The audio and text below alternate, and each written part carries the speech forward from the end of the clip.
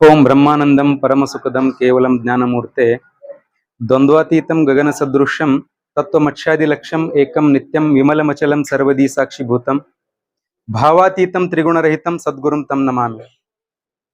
ಅಔದು ಬಿಲ್ಲಾಹಿ ಮಿನಶ್ ಶೈತಾನಿರ್ ರಜೀಮ್. ಬಿಸ್ಮಿಲ್ಲಾಹಿರ್ ರಹ್ಮಾನಿರ್ ರಹೀಂ. ಸದಕಲ್ಲಾಹುಲ್ ಅಲಿಯುಲ್ ಅಜೀಮ್.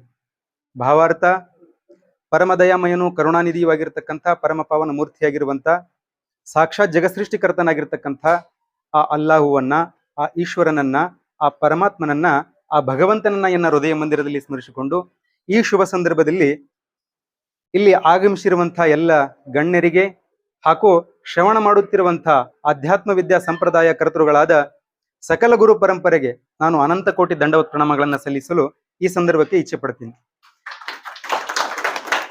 ಎನ್ನ ಆತ್ಮೀಯ ಬಂಧುಗಳೇ, ನಾವೆಲ್ಲರೂ ಇಲ್ಲಿ ಸೇರಿದ್ದು ಏಕೆಂತಂದ್ರೆ ನಿಮಗೆಲ್ಲರಿಗೂ ತಿಳಿದಿರುವ ಹಾಗೆ ವಿಶೇಷವಾಗಿ ತ್ಯಾಗ ಮತ್ತು ಬಲಿದಾನದ ಸಂಕೇತವಾಗಿ ವಿಶೇಷವಾಗಿ ಇವತ್ತು ನಮ್ಮ ಹಿಂದೂ ಬಾಂಧವರೆಲ್ಲರೂ ಕಾಶಿ ಯಾತ್ರಾಗಿ ಹೋಗಿ ಬಂದಿರತಕ್ಕಂಥ ಸಮಯದಲ್ಲಿ ಅವರನ್ನ ಸನ್ಮಾನವನ್ನು ಮಾಡಬೇಕು ಅಂತ ಹೇಳಿ ತಿಳ್ಕೊಂಡು ವಿಶೇಷವಾಗಿರ್ತಕ್ಕಂಥ ಈ ಬಕ್ರೀದ್ ಹಬ್ಬದ ಪ್ರಯುಕ್ತವಾಗಿ ಮತ್ತು ಕಾಶಿ ಯಾತ್ರಾಕ್ಕೆ ಹೋಗಿ ಬಂದಿದ್ರ ಒಂದು ಪ್ರಯುಕ್ತವಾಗಿ ಇವತ್ತೇನು ಔತಾಣ ಕೂಟವನ್ನ ಏರ್ಪಾಟ್ ಮಾಡಿದ್ರಲ್ಲ, ಇದು ಭಾವೈಕ್ಯತೆಯ ಒಂದು ಸಂದೇಶವನ್ನ ನಮಗೆ ಸೂಚಿಸುತ್ತೆ.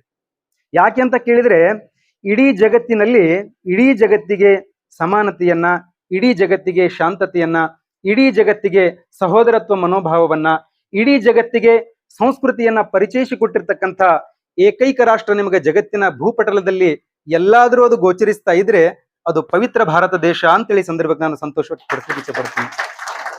ಅದೇ ರೀತಿಯನ್ನ ಆತ್ಮೀಯ ಬಂಧುಗಳೇ, ಇಡೀ ಜಗತ್ತಿನಲ್ಲಿ ವಿವಿಧತೆಯಲ್ಲಿ ಏಕತೆ ಅಂತಂದ್ರೆ ಭಾರತ ದೇಶದ ಒಳಗಡೆ ಹಿಂದೂ, ಮುಸಲ್ಮಾನ, ಕ್ರೈಸ್ತ, ಇಸಾಯಿ, ಜೊರಾಸ್ಟ್ರಿಯನ್, ಪಾರ್ಸಿ ಎಲ್ಲರಿಗೂ ಸರಿ ಸಮಾನವಾಗಿ ಸಂವಿಧಾನದ ಅಡಿಯಲ್ಲಿ ಎಲ್ಲರೂ ಸರಿ ಸಮಾನವಾಗಿ ಬದುಕಬೇಕು ಅಂತ ಹೇಳಿ ತಿಳ್ಕೊಂಡು ಹಕ್ಕನ್ನ ಒದಗಿಸಿಕೊಟ್ಟು ಸರಿ ಸಮಾನತೆಯನ್ನ ಕಾಪಾಡಿಕೊಂಡು ಬಂದಿರತಕ್ಕಂಥ ಜಗತ್ತಿನ ಏಕೈಕ ರಾಷ್ಟ್ರ ನಮಗೆ ಎಲ್ಲಾದ್ರೂ ಗೋಚರಿಸ್ತಾ ಇದ್ರೆ ಅದು ನಮ್ಮ ಪವಿತ್ರ ಭಾರತ ದೇಶ ಅಂತೇಳಿ ಸಂದರ್ಭಕ್ಕೆ ನಾನು ಹೆಮ್ಮೆಯಿಂದ ಹೇಳಲಿಕ್ಕೆ ಇಚ್ಛೆ ಪಡ್ತೀನಿ.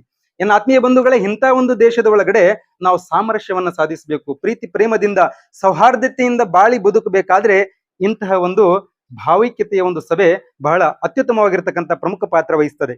ಯಾಕೆ ಅಂತ ಕೇಳಿದ್ರೆ, ಇಂತಹ ಒಂದು ಭಾವೈಕ್ಯತೆಯ ಒಂದು ಸಭೆ ಜಗತ್ತಿನ ದೃಷ್ಟಿಕೋನದಿಂದ ಇದು ನಮಗೆ ಸಣ್ಣದು ಅನಿಸಬಹುದು, ಆದ್ರೆ ಆಧ್ಯಾತ್ಮದ ದೃಷ್ಟಿಕೋನದಿಂದ ಪರಮಾತ್ಮನ ಬಳಿಗೆ ಇದರ ಘನತೆ ಮತ್ತು ಗೌರವ ಬಹಳ ಉತ್ಕೃಷ್ಟ ಮಟ್ಟದಲ್ಲಿರ್ತಕ್ಕಂಥದ್ದು.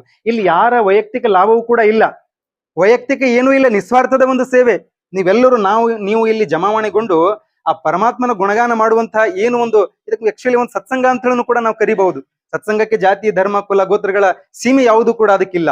ಹಾಗಾಗಿ ಇದು ಜಗತ್ತಿನ ದೃಷ್ಟಿಕೋನದಿಂದ ನಾವು ಇಷ್ಟೇ ಜನ ಕೂಡಿರಬಹುದು, ಆದ್ರೆ ಅಲ್ಲಾಹನ ಮುಂದೆ, ಆ ಪರಮಾತ್ಮನ ಮುಂದೆ, ಆ ಈಶ್ವರನ ಮುಂದೆ ಈ ಸಭೆಯ ಘನತೆ ಮತ್ತು ಗೌರವ ಅದಕ್ಕೆ ಬೆಲೆ ಕಟ್ಟಲಿಕ್ಕೆ ಆಗುದಿಲ್ಲ. ಹಾಗಾಗಿ ಇಂಥ ದೇಶದ ಒಳಗಿನ ನಾವು ಬಾಳಿ ಬದುಕಬೇಕಾದ್ರೆ ನಮ್ಮಲ್ಲಿ ಮೊದಲನೇದಾಗಿ ಭಾವೈಕ್ಯತೆ ಅನ್ನುವಂಥದ್ದು ಮೂಡಬೇಕು. ಯಾಕೆ ಜಗತ್ತು ಈ ಒಂದು ದಶೆಯಲ್ಲಿ ಮುಂದುವರಿತಾ ಇದೆ ಅಂತಂತಂದ್ರೆ ಅದಕ್ಕೆ ಭಾವೈಕ್ಯತೆಯ ಕೊರತೆ ಇದೆ. ಹಾಗಾಗಿ ನಾವು ಭಾವೈಕ್ಯತೆಯನ್ನು ಸಾಧಿಸಬೇಕು. ಅದಾದ ನಂತರ ನಿಜವಾದ ಧರ್ಮ ಅಂತಂದ್ರೆ ಏನು, ಧರ್ಮದ ಬಗ್ಗೆ ಸಂಪೂರ್ಣವಾಗಿ ಸರಿಯಾದ ಜ್ಞಾನವನ್ನ ನಾವು ಸ್ವೀಕಾರ ಮಾಡ್ಕೊಳ್ಬೇಕು. ಮತ್ತೆ ದೇವರ ದೃಷ್ಟಿಕೋನ, ಯಾವುದಕ್ಕೆ ನಾವು ನಿಜವಾದ ದೇವರು ಅಂತ ಹೇಳಿ ಕರಿಬೇಕು ಅನ್ನುವಂಥ ದೇವರ ನೈಜ ರೂಪವನ್ನ ನಾವು ಅರಿಬೇಕಾಗ್ತದೆ ಮೊದಲು. ಹಾಗಾಗಿ ನನ್ನ ಆತ್ಮೀಯ ಬಂಧುಗಳೇ, ನನಗೆ ಎಷ್ಟು ತಿಳಿತದಲ್ಲ, ನನ್ನ ಯಥಾಮತಿಗೆ ನಿಲುಕ್ತದಲ್ಲ, ಆ ವಿಷಯಗಳನ್ನ ನಿಮ್ಮ ಮುಂದೆ ನಾನು ಹಂಚಿಕೊಳ್ಳಿಕ್ಕೆ ಇಷ್ಟಪಡ್ತೀನಿ.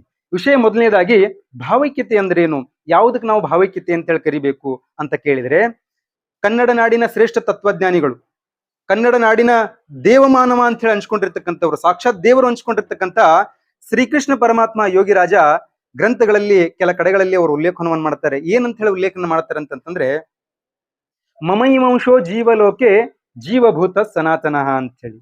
ಏನಿದ್ರ ಭಾವಾರ್ಥ ಅಂತ ಹೇಳಿ ಕೇಳಿದ್ರೆ, ಎಲ್ಲ ಮನುಷ್ಯರೇ, ನೀವ್ ಯಾರು ಕೂಡ ಬೇರೆ ಅಲ್ಲಪ್ಪ, ನೀವೆಲ್ಲರೂ ನನ್ನ ಪ್ರತ್ಯೇಗಾತ್ಮಿ ಸ್ವರೂಪಿಗಳು. ಯಾಕೆ ನಾನು ಭೂಮಿಯ ಮೇಲೆ ಈ ಜಾತಿಗಳನ್ನ, ಪಾತಿಗಳನ್ನ, ಕುಲಗೋತ್ರಗಳನ್ನ, ಈ ಬಿರಾದರಿಗಳನ್ನ ನಾನು ಸೃಷ್ಟಿ ಮಾಡಿದ್ದೀನಿ ಅಂತಂತಂದ್ರೆ, ನೀವೆಲ್ಲರೂ ನನ್ನ ಮುಂದೆ ಪ್ರಮಾಣ ಮಾಡಿ ಬಂದಿದ್ರಿ, ಪರಮಾತ್ಮನೇ ನನಗೆ ಮನುಷ್ಯನನ್ನಾಗಿ ಸೃಷ್ಟಿ ಮಾಡು, ಭೂಲೋಕಕ್ಕೆ ಹೋಗಿ ನಾನು ಸತ್ಕಾರ್ಯಗಳನ್ನೇ ಎಸಗ್ತೀನಿ, ನಿನ್ನ ಕಾನೂನಿಗೆ ಚೌಕಟ್ಟಿಗೆ ಒಳಪಟ್ಟು ನಾನು ಜೀವನವನ್ನ ಸಾಗಿಸ್ತೀನಿ, ಎಲ್ಲರಲ್ಲಿ ನಾನು ವಿಭಿನ್ನವಾಗಿ ಒಳ್ಳೆಯ ಸತ್ಕರ್ಮಗಳನ್ನೇ ಮಾಡ್ಕೊಂಡು ನಾನು ನಿನ್ ಕಡೆಗೆ ಮರಳಿ ಬರ್ತೀನಿ ಅನ್ನೋದಕ್ಕೋಸ್ಕರ ನಾವೆಲ್ಲರೂ ಪ್ರಮಾಣ ಮಾಡ್ಕೊಂಡು ಬಂದಿದ್ವಿ. ಈ ಜಾತಿ ಪಾತಿಗಳ ಕುಲಗೋತ್ರಗಳನ್ನ ಸೃಷ್ಟಿ ಮಾಡುವಂತಹ ಮೂಲ ಉದ್ದೇಶ ಏನು ಅಂತ ಕೇಳಿದ್ರೆ, ಯಾರು ಒಳ್ಳೆಯ ಸತ್ಕಾರ್ಯದೊಂದಿಗೆ ನನ್ನ ಕಡೆಗೆ ಮರಳುತ್ತಾರೆ ಅನ್ನೋದಕ್ಕೋಸ್ಕರ ಈ ಎಲ್ಲ ಸಿಸ್ಟಮ್ಗಳು, ಇವೆಲ್ಲ ಪರಮಾತ್ಮನ ಸಿಸ್ಟಮ್ಗಳು. ಹಾಗಾಗಿ ಶ್ರೀಕೃಷ್ಣ ಪರಮಾತ್ಮ ಹೇಳ್ತಾನೆ, ಮಮ ಈ ವಂಶೋ ಜೀವಲೋಕೆ ಜೀವಭೂತ ಸನಾತನ, ನೀವ್ಯಾರು ಕೂಡ ಬೇರೆ ಅಲ್ಲ, ನೀವೆಲ್ಲರೂ ನನ್ನ ಪ್ರತ್ಯೇಗಾತ್ಮಿ ಸ್ವರೂಪಿಗಳು ಅಂತ ಹೇಳಿ. ಹಾಗಾಗಿ ಅಲ್ಲಾಹ್ ಸುಬ್ಹಾನಹು ವ ತಆಲಾ ಕುರಾನ್ ನಲ್ಲಿಯೂ ಕೂಡ ಉಲ್ಲೇಖನವನ್ನು ಮಾಡ್ತಾರೆ, ಏ ಲೋಗೋ ತುಮ್ ಅಲಗ್ ನಹಿ ಹೋ, ತುಮ್ ಪೂರೆ ಮೇರೆ ನೂರ್ ಸೆ ಬನೆ ಹುವೆ. ಸಾಕ್ಷಾತ್ ದೇವನೇ ಹೀಗೆ ಆದೇಶ ಮಾಡುವಾಗ ನಮ್ಮಲ್ಲಿ ಯಾಕೆ ಜಾತಿ ಪಾತಿ ಕುಲಗೋತ್ರಗಳನ್ನ ಕಟ್ಕೊಂಡು ನಾವು ಧರ್ಮಗಳ ಮಧ್ಯೆ ಜಾತಿಗಳ ಮಧ್ಯೆ ಕೋಟೆಗೋಡೆಗಳನ್ನ ಕಟ್ಕೊಂಡು ಬದುಕಿದ್ರೆ ದೇಶದ ಏಳಿಗೆಯನ್ನ ಕಾಣ್ಲಿಕ್ಕೆ ನಾವು ಸಾಧ್ಯ ಇಲ್ಲ. ಏನ್ ಆತ್ಮೀಯ ಬಂಧುಗಳೇ, ಇಂತಹ ಒಂದು ದೇಶದಲ್ಲಿ ದೇಶವನ್ನ ಅಂತಾರಾಷ್ಟ್ರೀಯ ಮಟ್ಟದಲ್ಲಿ ನಾವು ವಿಶ್ವಗುರು ಮಾಡಬೇಕು ಅಂತ ಹೇಳಿ ಏನ್ ಕನಸು ಕಾಣ್ತಾ ಇದೀವಲ್ಲ, ಆ ಒಂದು ಕನಸು ಕಾಣಬೇಕಾದ್ರೆ ಇಂತಹ ಗ್ರಾಮೀಣ ಮಟ್ಟಗಳಲ್ಲಿ, ಜಿಲ್ಲಾ ಮಟ್ಟಗಳಲ್ಲಿ, ರಾಜ್ಯಗಳಲ್ಲಿ ನಾವೆಲ್ಲರೂ ಭಾವೈಕ್ಯತೆಯಿಂದ ಇಕ್ಕಟ್ಟಾಗಿ ನಾವು ಒಗ್ಗೂಡಿ ಇದ್ದಾಗ ಮಾತ್ರ ದೇಶದ ಏಳಿಗೆಯನ್ನ ಕಾಣ್ಲಿಕ್ಕೆ ಸಾಧ್ಯ ಇದೆ ಹೊರತು ಧರ್ಮಗಳ ಮಧ್ಯೆ ಜಾತಿಗಳ ಮಧ್ಯೆ ಭಿನ್ನಾಭಿಪ್ರಾಯವನ್ನು ಉಂಟು ಮಾಡಿ ಡಿವೈಡ್ ಅಂಡ್ ರೂಲ್ ಅಂತ ಹೇಳಿ ಕರಿತೀವಿ. ಕೆಲ ಬಣಗಳು ಏನ್ ಮಾಡ್ತಾರೆ, ನೀನು ಹಿಂದೂ ನೀನು ಮುಸ್ಲಿಂ ಅಂತ ಹೇಳಿ ತಿಳ್ಕೊಂಡು ನಮ್ಮಲ್ಲಿ ಒಡಕನ್ನ ಉಂಟು ಮಾಡ್ತಾರೆ. ಯಾವುದೇ ಕಾರಣಕ್ಕೂ ಒಡೆದಿರುವಂತಹ ಮನಸ್ಸುಗಳು ಕೂಡಿಕೊಂಡಾಗ ಅಷ್ಟು ಬಲಿಷ್ಠತೆ ತರ್ಲಿಕ್ಕೆ ಸಾಧ್ಯ ಇಲ್ಲ. ಯಾವಾಗ ಎಲ್ಲರೂ ಒಗ್ಗಟ್ಟಾಗಿ ಕೂಡಿ ನಾವು ಶ್ರಮಿಸ್ತೀವಲ್ಲ, ಆವಾಗ ಮಾತ್ರ ದೇಶದ ಏಳಿಗೆಯನ್ನ ನಾವು ಕಾಣ್ಲಿಕ್ಕೆ ಸಾಧ್ಯ ಇದೆ ಅಂತ ಹೇಳಿ ಈ ಮಾತನ್ನ ನಾನು ಹೇಳಿಕ್ಕೆ ಇಷ್ಟಪಡ್ತೀನಿ. ನಿಜವಾದ ಭಾವೈಕ್ಯತೆ ಯಾವುದಕ್ಕೆ ಕರಿಬೇಕು ಅಂತ ಕೇಳಿದ್ರೆ, ಉದಾಹರಣೆಗಾಗಿ ನಾವು ಹೇಳ್ಬೇಕಾದ್ರೆ, ಯಾವ ರೀತಿಯಾಗಿ ನದಿಗಳು ಪ್ರಾರಂಭದ ಸ್ಥಾನವನ್ನ ಹಿಡ್ಕೊಂಡು ಅಂತಿಮ ಸಾಗರ ಸೇರುವವರೆಗೆ ಬೇರೆ ಬೇರೆ ನಾಮಗಳನ್ನ, ಬೇರೆ ಬೇರೆ ಕ್ರಿಯೆಗಳನ್ನ, ಬೇರೆ ಬೇರೆ ರೂಪಗಳನ್ನ ಪಡ್ಕೊಂಡು ಅವು ಹರಿತಿರ್ತಾವ್. ಸಾಗರದ ಮೂಲ ಉದ್ದೇಶ, ನದಿಯ ಮೂಲ ಉದ್ದೇಶ ಏನು? ಸಾಗರವನ್ನ ಪ್ರವೇಶ ಮಾಡುವಂಥದ್ದು. ಅದು ಯಾವುದೇ ನದಿ ಆಗಿರ್ಲಿ, ಘಟಪ್ರಭಾ ಆಗಿರ್ಲಿ, ಮಲಪ್ರಭಾ ಆಗಿರ್ಲಿ, ದೋಣಿ ಆಗಿರ್ಲಿ, ಕೃಷ್ಣ ಆಗಿರ್ಲಿ, ಕಾವೇರಿ ಆಗಿರ್ಲಿ, ಬೇರೆ ಬೇರೆ ನದಿಗಳು ಉಗಮ ಸ್ಥಾನದಿಂದ ಹಿಡಿದು ಹರಿಯುವಾಗ ಬೇರೆ ಬೇರೆ ಕ್ರಿಯೆಗಳನ್ನ, ಬೇರೆ ಬೇರೆ ನಾಮರೂಪಗಳನ್ನ ಪಡ್ಕೊಂಡು ಹರಿತದ. ಯಾವಾಗ ಹೋಗಿ ಸಾಗರವನ್ನ ಸೇರ್ತದಲ್ಲ, ಆ ಸಾಗರದಲ್ಲಿ ಇದೇ ನದಿ ಅಂತ ಹೇಳಿ ನಮ್ಗೆ ಗುರುತಿಸ್ಲಿಕ್ಕೆ ಸಾಧ್ಯ ಇದೆಯೇನು? ಆ ನೀರಿನಲ್ಲಿ ಇದೇ ನದಿ ಅಂತ ಹೇಳಿ ನಮ್ಗೆ ಗುರುತಿಸ್ಲಿಕ್ಕೆ ಆಗುದಿಲ್ಲ. ಎನ್ನ ಆತ್ಮೀಯ ಬಂಧುಗಳೇ, ಹಾಗಾಗಿ ಹಿಂದೂ, ಮುಸಲ್ಮಾನ, ಕ್ರೈಸ್ತ, ಇಸಾಯಿ, ಜೊರಾಸ್ಟ್ರಿಯನ್, ಪಾರ್ಸಿ ಅನ್ನುವಂಥದ್ದು ಈ ಮತಗಳೆಲ್ಲವೂ ಪರಮಾತ್ಮನನ್ನ ಸೇರುವ ಪಥಗಳಿದ್ದಂಗ, ಮಾರ್ಗಗಳಿದ್ದಂಗ. ಹಾಗಾಗಿ ಆಯಾ ವ್ಯಕ್ತಿಗಳು ಏನ್ ಮಾಡಬೇಕು, ಧರ್ಮದ ಚೌಕಟ್ಟಿನಲ್ಲಿ ಇದ್ದುಕೊಂಡು ಆ ಧರ್ಮನ ಯಥಾರ್ಥವಾಗಿ ಸರಿಯಾಗಿ ಅಧ್ಯಯನವನ್ನ ಮಾಡಬೇಕು. ಆ ಧರ್ಮದಲ್ಲಿ ಹೇಳಿರುವಂತ ಸಿದ್ಧಾಂತಗಳನ್ನ ನಮ್ಮ ಜೀವನದಲ್ಲಿ ಅಳವಡಿಕೆ ಮಾಡಿಕೊಳ್ಳಬೇಕು. ಹಾಗಾಗಿ ನಾವು ಮುನ್ನಡೆದಾಗ ಮಾತ್ರ, ಯಾವಾಗ ಈ ಇಹಲೋಕವನ್ನ ಬಿಟ್ಟು ನಾವು ಪರಮಾತ್ಮನ ಬಳಿಗೆ ಮೋಕ್ಷ ಅಂತ ಹೇಳಿ ಕಂಡಾಗ ಹೇಗೆ ಸಾಗರದಲ್ಲಿ ನದಿಗಳನ್ನ ಗುರುತಿಸ್ಲಿಕ್ಕೆ ಸಾಧ್ಯ ಆಗ್ಲಿಲ್ವೋ, ಹಾಗೆ ನಾವು ಪರಮಾತ್ಮನ ಬಳಿಗೆ ಬೆರೆತಾಗ ಏನಿವ ಹಿಂದುವೋ, ಏನಿವ ಮುಸಲ್ಮಾನೋ, ಏನಿವ ಕ್ರೈಸ್ತೋ ಅನ್ನುವಂತ ಭಾವನೆಗಳು ಹೋಗಿ ಭಾವಾತೀತವಾಗಿರ್ತಕ್ಕಂಥ ಒಂದು ಸ್ಥಿತಿ ಏನು ಪ್ರಾಪ್ತಿ ಆಗ್ತದಲ್ಲ, ಅದಕ್ಕೆ ನಿಜವಾದ ಭಾವೈಕ್ಯತೆ ಅಂತ ಕರಿಬೇಕು. ಅದೇ ರೀತಿಯಾಗಿ ಒಬ್ಬ ಮನುಷ್ಯ ತನ್ನ ಧರ್ಮದ ಬಗ್ಗೆ ಸಂಪೂರ್ಣವಾಗಿ ತಿಳಿದುಕೊಳ್ಳಬೇಕು, ತನ್ನ ಧರ್ಮದ ಬಗ್ಗೆ ಅಧ್ಯಯನವನ್ನ ಮಾಡಬೇಕು. ನನಗೆ ನನ್ನ ಧರ್ಮ ಏನನ್ನ ಬೋಧಿಸುತ್ತಲ್ಲ, ಆ ಬೋಧನೆಗಳನ್ನ ತನ್ನ ಜೀವನದಲ್ಲಿ ಅನುಷ್ಠಾನಕ್ಕೆ ತರಬೇಕು. ಆ ನಡತಿ ಮೇಲೆ ಆ ವ್ಯಕ್ತಿ ನಡಿಬೇಕು. ನಡೆಯುವುದರ ಜೊತೆಗೆ ನನಗೆ ನನ್ನ ಧರ್ಮ ಎಷ್ಟು ಶ್ರೇಷ್ಠವೋ, ಇನ್ನೊಬ್ಬರು ನಂಬಿಕೊಂಡು ಬಂದಿರುವಂತಹ ಧರ್ಮವು ಕೂಡ ನನ್ನ ಧರ್ಮದಷ್ಟೇ ಶ್ರೇಷ್ಠ ಅನ್ನುವಂತ ಭಾವದೊಂದಿಗೆ ನಾವು ಬದುಕಿದಾಗ ಮಾತ್ರ ಅದಕ್ಕೆ ನಿಜವಾದ ಭಾವೈಕ್ಯತೆ ಅನ್ಲಿಕ್ಕೆ ಸಾಧ್ಯ ಇದೆ. ಹಾಗಾಗಿ ನಂದೊಂದೇ ಸರಿ ನಿಮ್ದು ತಪ್ಪು ಅಂತ ಹೇಳಿ ಅನ್ಲಿಕ್ಕೆ ಆಗುದಿಲ್ಲ. ಇಸ್ಲಾಂ ಧರ್ಮದಲ್ಲಿಯೂ ಕೂಡ ಅಲ್ಲಾಹ್ ಸುಬ್ಹಾನಹು ವ ತಆಲಾ ಕ್ಲಿಯರ್ ಮೆನ್ಷನ್ ಮಾಡ್ತಾರೆ, ನಿಮಗೆ ನಿಮ್ಮ ಧರ್ಮ ಶ್ರೇಷ್ಠ, ನಮಗೆ ನಮ್ಮ ಧರ್ಮ ಶ್ರೇಷ್ಠ. ನಿನ್ನ ಧರ್ಮದಲ್ಲಿ ಹೇಳಿರುವ ವಿಧಿವಿಧಾನಗಳ ಆಧಾರದ ಮೇಲೆ ನೀನ್ ಬದುಕು, ಅವರಲ್ಲಿ ಹೇಳಿರ್ತಕ್ಕಂಥ ವಿಧಿವಿಧಾನದ ಆಧಾರದ ಮೇಲೆ ಅವ್ರು ಬದುಕಲಿ. ಬದುಕುವಂತ ರೀತಿಗಳು ಬೇರೆ ಬೇರೆ, ಆದ್ರೆ ಮೂಲ ಮಾತ್ರ ಹೋಗಿ ಸೇರುವಂತದ್ದು ಒಂದೇ ಆಗಿರ್ತಕ್ಕಂಥದ್ದು. ಇಂಥ ವಿಶಾಲವಾಗಿರ್ತಕ್ಕಂಥ ಭಾವ ನಮ್ಮಲ್ಲಿ ಬಂತು ಅಂತಂದ್ರೆ ನಿಜವಾಗಿ ನಾವು ಭಾವೈಕ್ಯತೆಯನ್ನ ಸಾಧಿಸ್ಲಿಕ್ಕೆ ಸಾಧ್ಯ ಇದೆ ಅಂತೇಳಿ. ಏನ್ ಆತ್ಮೀಯ ಬಂಧುಗಳೇ, ಎರಡನೇದಾಗಿ ಧರ್ಮ ಅಂತ ಹೇಳಿ ಕನ್ಸಿಡರ್ ಮಾಡ್ಬೇಕು. ನಾವು ಧರ್ಮ ಯಾವುದಕ್ಕಂತ ಹೇಳಿ ಕರಿಬೇಕು. ಇವತ್ತು ಜಗತ್ತು ಯಾಕೆ ಅಧಪತನದ ಕಡೆಗೆ ಸಾಗುತ್ತಾ ಇದೆ ಅಂತಂತಂದ್ರೆ, ಧರ್ಮದ ಸರಿಯಾದ ಜ್ಞಾನದ ಕೊರತೆಯಿಂದಾಗಿ ನಾವು ಭಟಕ್ತಾ ಇದೀವಿ, ಆ ಕಡೆ ಈ ಕಡೆ ಹೋಗ್ತಾ ಇದೀವಿ, ತಪ್ಪು ಕಲ್ಪನೆಗಳಿಗೆ ನಾವು ಬಲಿಯಾಗ್ತಾ ಇದೀವಿ. ಯಾವುದಕ್ಕೆ ನಾವು ನಿಜವಾದ ಧರ್ಮ ಅಂತ ಹೇಳಿ ಕರಿಬೇಕು ಅನ್ನೋದಕ್ಕೆ ಋಗ್ವೇದದ ಒಂದು ಶ್ಲೋಕದಲ್ಲಿ ಉಚ್ಚಾರಣೆ ಮಾಡ್ತಾರೆ ಅವರು. ಯಾವುದಕ್ಕೆ ನಿಜವಾದ ಧರ್ಮ ಅಂತ ಹೇಳಿ ಕರಿಬೇಕು ಅನ್ನೋದಕ್ಕೆ, ಯಥೋಭ್ಯುದಯಂ ನಿಶ್ರೇಯಸ ಸಿದ್ಧಿಹೀಥ ಧರ್ಮ ಅಂತ ಹೇಳಿ. ಏನಪ್ಪಾ ಇದ್ರ ಭಾವಾರ್ಥ ಅಂತ ಹೇಳಿ ಕೇಳಿದ್ರೆ, ಯಥೋಭ್ಯುದಯ ಅಂತಂತಂದ್ರೆ ಬಿದ್ದಿರುವಂತಹ ವ್ಯಕ್ತಿಗೆ ಯಾವುದು ಎಬಿಶ್ ನಿಂದ್ರಿಸಿ ಪರಮಾತ್ಮನಲ್ಲಿ ಅಂತಿಮ ಮೋಕ್ಷ ಹೊಂದಲು ಯಾವ ಶಕ್ತಿ ಆತನಿಗೆ ಸಹಾಯಕಾರಿಯಾಗಿ ನಿಲ್ತದಲ್ಲ, ಅದಕ್ಕ ನಾವು ಧರ್ಮ ಅಂತ ಹೇಳಿ ಕರಿಬೇಕು. ಹಾಗಾದ್ರೆ ಯಾವ ವ್ಯಕ್ತಿ ನೈತಿಕವಾಗಿ ಕುಗ್ಗಿದಾನೋ ಆತನಿಗೆ ನೀತಿ ಪಾಠ ಹೇಳಿಕೊಡುವುದರ ಮುಖಾಂತರವಾಗಿ ಸಮಾಜಮುಖಿಯಾಗಿ ಬದುಕಲಿಕ್ಕೆ ಅವಕಾಶ ಮಾಡಿಕೊಡುವಂಥದ್ದು.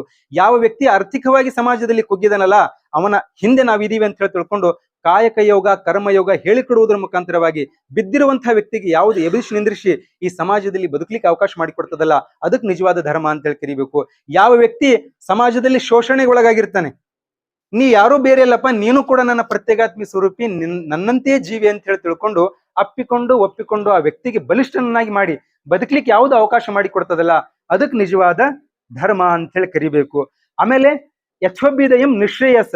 ನಿಶ್ರೇಯಸ ಅಂತಂತಂದ್ರೆ ಪರಮಶಾಂತಿ, ಕೈವಲ್ಯ ಅಂತ ಹೇಳಿ ಕರಿತೀವಿ, ನಜಾತ್ ಅಂತ ಹೇಳಿ ಕರಿತೀವಿ, ಮೋಕ್ಷ ಅಂತ ಹೇಳಿ ಕರಿತೀವಿ. ಬೇಡ, ಜೈನ ಸಿದ್ಧಾಂತದಲ್ಲಿ ಅದಕ್ಕೆ ನಿರ್ವಾಣ ಅಂತ ಹೇಳಿ ಕರಿತೀವಿ.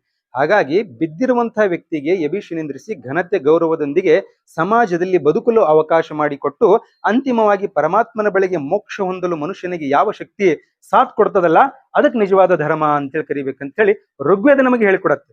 ಆಮೇಲೆ ಸೂಫಿ ಸಂತರು ಕೂಡ ಹೇಳ್ತಾರೆ, ಬಹಳ ಅದ್ಭುತವಾಗಿರ್ತಕ್ಕಂಥ ಮಾತನ್ನ ಅವ್ರು ಹೇಳ್ತಾರೆ. ಏನ್ ಹೇಳ್ತಾರಪ್ಪ ಅಂದ್ರು ಅವ್ರಂತಂದ್ರೆ, ವಹಿ ಸಚ್ಚಾ ದೀನ್ ಹೈ, वही सच्चा दीन है जो इंसान को इंसानियत के साथ ಜಿಂದಗಿ ಅವ್ರ ಬಂದಗಿ ದೋನೋ ಸಿಖಾವೆ ಅಂತ ಹೇಳಿ.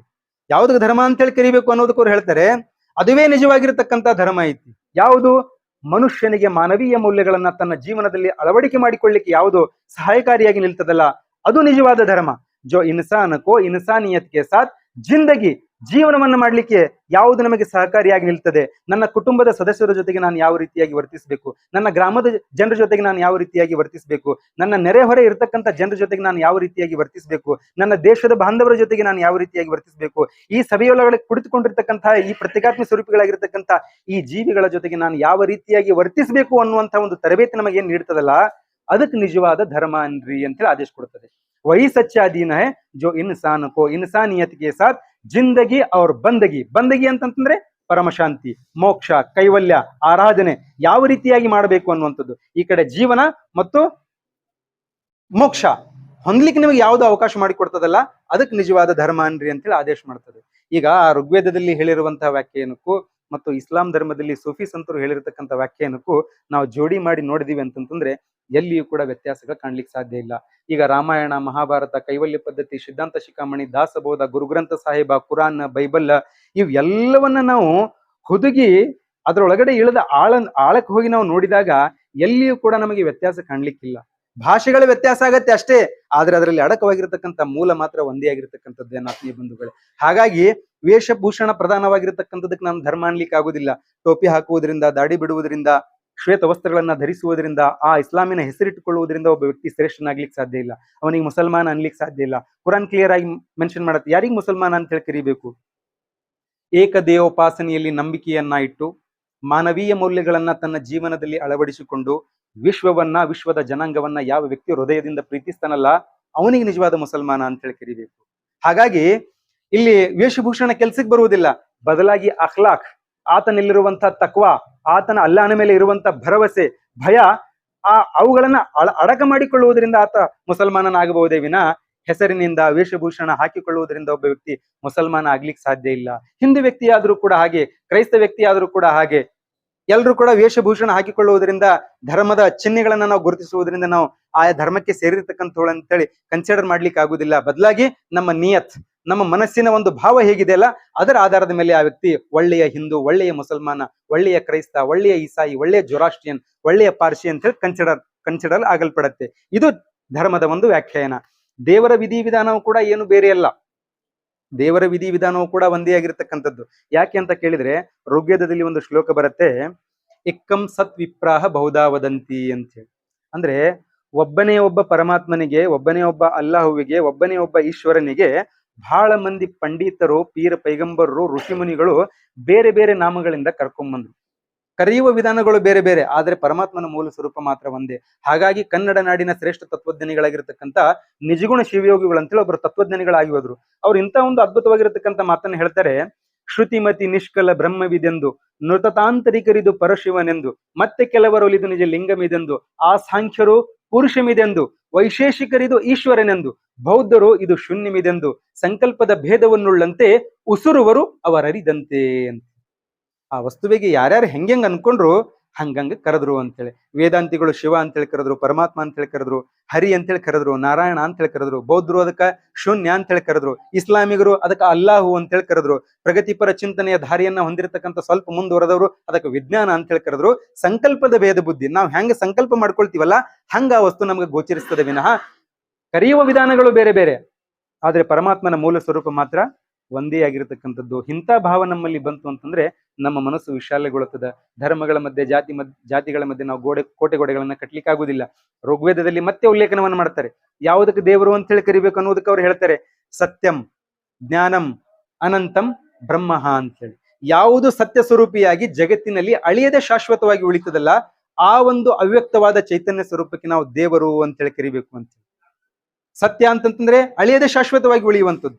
ಜ್ಞಾನಂ ಅಂತಂತಂದ್ರೆ ಇಡೀ ಜಗತ್ತಿನಲ್ಲಿ ಭೂಮಿ ಮತ್ತು ಆಕಾಶದ ಮಧ್ಯೆ ಇರುವಂತ ಪ್ರತಿ ಅಣುವಿನ ಬಗ್ಗೆ ಸಂಪೂರ್ಣವಾಗಿರ್ತಕ್ಕಂಥ ಜ್ಞಾನ ಯಾರಿಗಿದೆ ಅಂತ ಕೇಳಿದ್ರೆ ಅದು ಪರಮಾತ್ಮನ ಬೆಳಗಿದೆ. ಅದಕ್ಕೆ ಆಯ್ತುಲ್ ಕುರ್ಸಿ ಅಂತ ಹೇಳಿ ನಮ್ಮಲ್ಲಿ ಬರುತ್ತೆ. ಅಲ್ಲಿ ಉಲ್ಲೇಖನವನ್ನು ಮಾಡ್ತಾರೆ, ಪರಮಾತ್ಮನ ಜ್ಞಾನ ಭಂಡಾರದಿಂದ, ಆತನ ಜ್ಞಾನ ಭಂಡಾರದಿಂದ ಆತ ತಿಳಿಗೊಳಿಸುವುದರ ಹೊರತು ಯಾವ ವಿಷಯವನ್ನು ಕೂಡ ಮನುಷ್ಯ ಅರಿತುಕೊಳ್ಳಲು ಸಾಧ್ಯವಿಲ್ಲ ಅಂತ ಹೇಳಿ. ನಾವೊಂದು ವಿವೇಚನೆಯಿಂದ ಒಂದು ಸಭೆ ನಾವು ಆಯೋಜನೆ ಮಾಡಿದೀವಿ ಅಂತಂದ್ರೆ ಆತನ ಜ್ಞಾನ ಭಂಡಾರದಿಂದ ನಮಗೆ ಆದೇಶ ದೊರಕಿದೆ ಅಂತ ತಿಳ್ಕೊಂಡೆ ನಾವೆಲ್ಲರೂ ಜನ ಇಲ್ಲಿ ಸೇರಿದೀವಿ ಇವತ್ತು. ಹಾಗಾಗಿ ಜ್ಞಾನ ಸ್ವರೂಪಿಯಾಗಿರ್ತಕ್ಕಂಥವನು ಯಾರು ಅಂತ ಕೇಳಿದ್ರೆ ಅದು ನಮ್ಮ ನಿಮ್ಮೆಲ್ಲರನ್ನ ಸೃಷ್ಟಿ ಮಾಡಿರುವಂತ ಸೃಷ್ಟಿಕರ್ತ ಮಾತ್ರ. ಸತ್ಯಂ ಜ್ಞಾನಂ ಅನಂತಂ. ಅನಂತಂ ಅಂತಂತಂದ್ರೆ ಪ್ರತಿಯೊಂದು ವಸ್ತುವಿಗೆ ಹುಟ್ಟು ಇದೆ ಅಂತಂತಂದ್ ಬಳಿಕ ಅದಕ್ಕೆ ಸಾವಿರಲೇಬೇಕು. ಪ್ರಾರಂಭ ಇದೆ ಅಂತಂತಂದ್ರೆ ಅದಕ್ಕೆ ಅಂತ್ಯ ಇರಲೇಬೇಕು. ಯಾವುದಕ್ಕೆ ಹುಟ್ಟು ಇಲ್ಲ, ಯಾವುದಕ್ಕೆ ಸಾವು ಇಲ್ಲ, ಯಾವುದಕ್ಕೆ ಪ್ರಾರಂಭ ಇಲ್ಲ, ಯಾವುದಕ್ಕೆ ಅಂತ್ಯ ಇಲ್ಲ, ಯಾವುದು ಶಾಶ್ವತವಾಗಿ ಅನಂತವಾಗಿ ಚಿರಯುವವಾಗಿ ಬ್ರಹ್ಮಾಂಡಕ್ಕಿಂತಲೂ ಅಧಿಕ ಕಾಲ ಬಾಳಿ ಬದುಕುವಂತ ಶಕ್ತಿ ಯಾವುದಲ್ಲ ಅದಕ್ಕೆ ನಿಜವಾದ ದೇವರು ಅಂತ ಹೇಳಿ ನಾವು ಕರಿಬೇಕು ಅಂತ. ಆಮೇಲೆ ಕನ್ನಡ ನಾಡಿನ ಶ್ರೇಷ್ಠ ತತ್ವಜ್ಞಾನಿಗಳಾಗಿರ್ತಕ್ಕಂಥ ನಿಜಗುಣ ಶಿವಗಳು ಮತ್ತೆ ಉಲ್ಲೇಖನವನ್ನು ಮಾಡ್ತಾರೆ, ನಾವ್ ಯಾರಿಗೆ ದೇವರು ಅಂತ ಹೇಳಿ ಕರಿಬೇಕು ಅನ್ನೋದನ್ನ ಅವ್ರು ಹೋಲಿಸ್ತಾರೆ. ಏಕ ಏವ ಶಿವ ಸಚ್ಚಿದಾನಂದ ಮಯೋ ವಿಭು ನಿರ್ವಿಕಲ್ಪೋ ನಿರಾಕಾರೋ ನಿರ್ಗುಣೋ ನಿಷ್ಪ್ರಪಂಚಕಹಾತ ಬ್ರಹ್ಮ ಅಂತ ಹೇಳಿ. ಹಾಗಾದ್ರೆ ಅದ್ರ ಭಾವಾರ್ಥ ಏನು ಅಂತ ಕೇಳಿದ್ರೆ, ಏಕ ಏವ ಶಿವಾಹ, ಎಲ್ಲೋ ಮನುಷ್ಯರೇ, ಇಡೀ ಬ್ರಹ್ಮಾಂಡವನ್ನ ಸೃಷ್ಟಿ ಮಾಡಿರುವಂತ ಸೃಷ್ಟಿಕರ್ತ ಒಬ್ಬನೇ ಆಗಿರ್ತಕ್ಕಂಥವನು. ಏಕ ಏವ ಶಿವಾಹ ಸಚ್ಚಿದಾನಂದ ಮಯೋ ವಿಭು. ಹೇಗಿದ್ದಾನೆ ಆತ? ಸತ್ ಚಿತ್ ಆನಂದ ಪರಿಪೂರ್ಣವಾಗಿರ್ತಕ್ಕಂಥ ವಸ್ತು. ಸತ್ ಅಂತಂತಂದ್ರೆ ಜಗತ್ತಿನಲ್ಲಿ ಅಳಿಯದೆ ಶಾಶ್ವತವಾಗಿ ಉಳಿಯುವಂತ ವಸ್ತು. ಸತ್ಯ ವಸ್ತು ಯಾವುದು ಅಂತ ಕೇಳಿದ್ರೆ ಅದು ಪರಮಾತ್ಮ. ಸತ್ಯಂ. ಚಿತ್ ಅಂತಂತಂದ್ರೆ ಇವತ್ತಿಗೆ ಜಗತ್ತಿನಲ್ಲಿ ಸುಮಾರು ಒಂದು 8,800 ಕೋಟಿ ಜನಸಂಖ್ಯೆ ಇದೆ ಭೂಮಿಯ ಮೇಲೆ.